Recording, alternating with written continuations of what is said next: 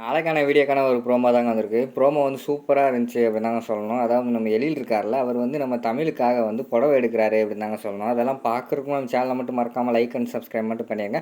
First எடுத்தோடனே காரில் வந்து எழிலும் மனவும் போய்கிட்டு இருக்கிற மாதிரி தான் காட்டிக்கிட்டு இருக்காங்க.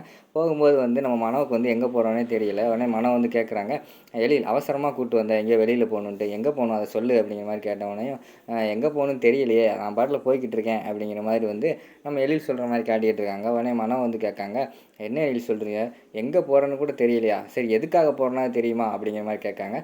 எதுக்காக போகிறேன்னு தெரியும், நான் வந்து ஒரு புடவை எடுக்கணும் அதனால தான் போகிறேன் அப்படிங்கிற மாதிரி சொன்னோன்னே நம்ம மனோக்கு ஒரு பயங்கரமான சந்தோஷமாயிருது. புடவை எடுக்கணும்னு சொல்கிறானே, ஒரு வேளை நமக்காக தான் இருக்கும், ஒரு வேளை ரொமான்ஸ் மூடில் இருக்கான் போலையே, இவனை எப்படியாவது நம்ம கைக்குள்ளே போட்டுருவோம் அப்படின்னு சொல்லிட்டு புடவை எடுக்கணும்னு சொல்கிற, எந்த கடைக்கு போகணும், என்ன புடவை எடுக்கணும்னு கூட தெரியாது உனக்கு அப்படிங்கிற மாதிரி சொல்கிறாங்க.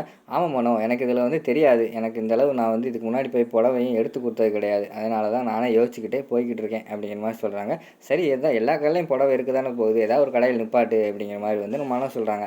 அப்படி கிடையாது, நான் எடுக்கிற புடவை வந்து ஸ்பெஷலான புடவை, அதாவது முக்கியமான ஆளுக்கு எடுக்க போகிறேன், அதனால் வந்து அந்த புடவை வந்து கொஞ்சம் நல்லா இருக்கணும், அப்படி அதனால் உனக்கு ஏதாவது ஃபேவரட்டான கடை இருந்தால் சொல்லு, அந்த கடைக்கு போவோம் அப்படிங்கிற மாதிரி வந்து நம்ம எழில் வந்து சொல்கிற மாதிரி காட்டிக்கிட்டு இருக்காங்க. ஓ அப்படியா, அப்புறம் நான் ஒரு கடை சொல்கிறேன், அந்த கடைக்கு போ அப்படின்னு சொல்லிட்டு எனக்குள்ளே அவங்களுக்கு ஃபேவரட்டான கடை ஒரு கடை இருக்குது, அந்த கடைக்கு வந்து நம்ம எழில் வந்து கூட்டு போகிற மாதிரி காட்டிக்கிட்டு இருக்காங்க.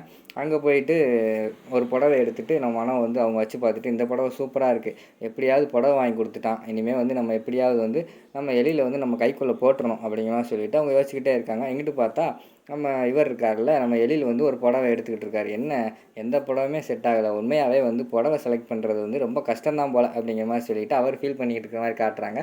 அந்த நேரத்தில் மனம் வந்து ஒரு புடவை எடுத்துகிட்டு வராங்க. எழில் இந்த புடவை பாரு சூப்பராக இருக்குது அப்படிங்கிற மாதிரி சொல்கிறாங்க. எங்கே கொடு பார்ப்போம்னு சொல்லிவிட்டு அந்த புடவையை பார்த்தோன்னே எழிலுக்கும் பிடிச்சி போச்சு. ஓகே, இந்த புடவையே வந்து நீங்கள் பேக் பண்ணுங்கள் அப்படின்னு சொல்லிவிட்டு எழில் அந்த இடத்த விட்டு வந்து நடந்து போகிற மாதிரி காட்டிக்கிட்டு இருக்காங்க.